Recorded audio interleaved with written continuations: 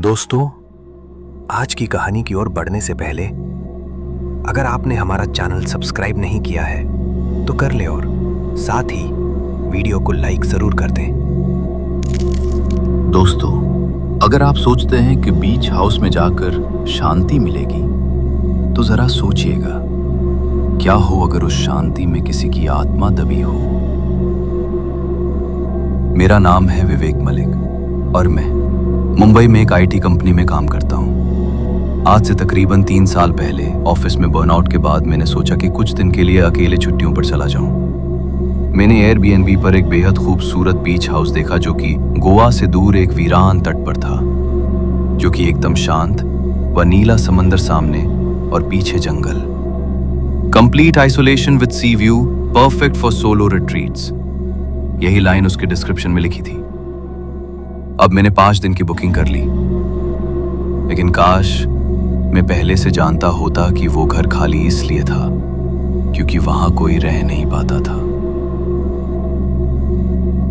वहां पहुंचते ही सबसे पहले मैंने जो देखा कि घर का दरवाजा खुला था और सीढ़ियों पर गीली रेत के निशान थे, जैसे कोई अभी अभी अंदर गया हो। घर भी बहुत पुराना था लेकिन सुंदर था। घर के अंदर पुरानी लकड़ी की अलमारी, पुराने पंखे और दीवार पर समंदर की एक बड़ी पेंटिंग थी। अब समय रात का था और समंदर की लहरें बहुत तेज थीं, जैसे कोई चीख उनमें समा गई हो। करीब 3 बजे अचानक खिड़की अपने आप खुल गई और तेज हवा आई और उस पेंटिंग से नीचे कुछ गिरा, जो कि एक पुराना कागज था जिस पर लिखा था, मैं अब भी यहां हूं, वापस मत जाना।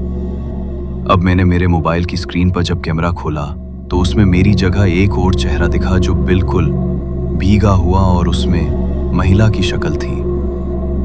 ये देखकर डर से मेरी सांसें रुक गईं। अब तीसरी रात को मैंने सपना देखा कि एक औरत गीले बालों में समुद्र की तरफ पीठ किए खड़ी थी। वो धीरे धीरे मुड़ी और कहा, तू आया है तो अब जाएगा नहीं। तभी मैं चीख कर उठा, लेकिन असली डर सुबह हुआ जब मैंने देखा कि मेरी पीठ पर नाखून के 5 ताजे निशान थे। मैंने खुद को तसल्ली देने के लिए दरवाजा बंद किया, लेकिन वो दरवाजा अंदर से नहीं बाहर से खुल रहा था।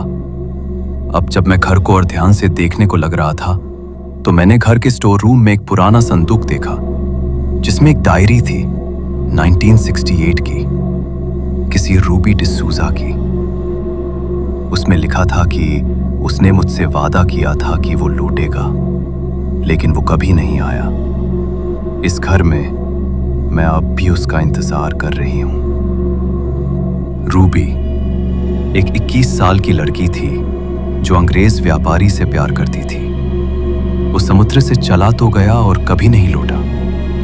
रूबी ने इंतजार करते करते खुद को समंदर में डुबो दिया और तब से ये घर उसका हो गया। उस रात दीवार पर मेरे नाम के खून से लिखे हुए अक्षर दिखे, विवेक, स्टे विथ मी। ये सब देखकर मैंने अगली सुबह वहां से निकलने की कोशिश की, लेकिन मेरा स्कूटर स्टार्ट नहीं हो रहा था और नेटवर्क भी गायब था।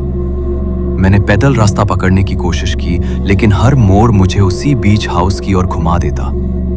अब मैं रास्ता भूल रहा था, लेकिन घर को मेरी लोकेशन याद थी। अब रात होते ही बिजली चली गई और फिर दरवाजा खुद से खुला और अंदर वही औरत, भीगी पिचकी आंखें और फटी आवाज में बोली, अब तू भी मेरा है, जैसे वो था। तभी मैंने मेरे सामने रखे आईने में गौर किया तो मैंने देखा कि उसमें मैं नहीं दिख रहा था, सिर्फ वो औरत दिख रही थी जो अब मेरी आंखों में उतर चुकी थी। अब अगली सुबह एक मछुआरे को मेरी हालत देखकर दया आई और वो मुझे गांव ले गया। तब मैंने उसे सब बताया तो उसने एक बात कही, जो एक बार उस घर की रूह देख ले उसका एक हिस्सा वहीं छूट जाता है। ये सुनकर मेरे पैरों नीचे जैसे जमीन खिसक दोस्तों, मैं आज भी जिंदा हूं, पर पहले जैसा नहीं। अब हर साल उसी तारीख को मैं एक सपना देखता हूं, जो कि समंदर में खड़ी एक लड़की मुझे बुला रही होती है। और जब मैं नींद से जागता हूं तो मेरी हथेली में रेत होती है। बीच हाउस अब एक प्रॉपर्टी नहीं है, वो एक रूहानी दायरा है, जहां जो भी अकेले गया वो अकेला नहीं रहा। तो दोस्तों, आज की कहानी में बस इतना ही। कहानी आपको पसंद आई हो तो वीडियो को लाइक शेयर जरूर कर दें। और मैं आपका दोस्त जल्द ही मिलूंगा एक ऐसी ही डरावनी कहानी के साथ। तब तक के लिए बाय एंड टेक केयर।